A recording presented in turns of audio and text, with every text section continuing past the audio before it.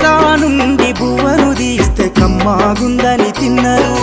బురదా బట్టల రైతును చూసి దూరం ఉందని అన్నారు బురదా నుండి బువ్వను తీస్తే కమ్మాగుందని తిన్నారు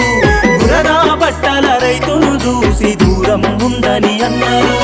చెమట చుక్కల సత్తువతోని పుడమి పురుడు పోసుకున్నది కంటి పాపల కావలిలోనే పంట రాసి నెలకొన్నది వందనాలు రైతన్నా నీకు వందనాలన్నా నీ రెక్కాడకుంటే బుక్కెడు భూవే లేదన్నా వందనాలు రైతన్నా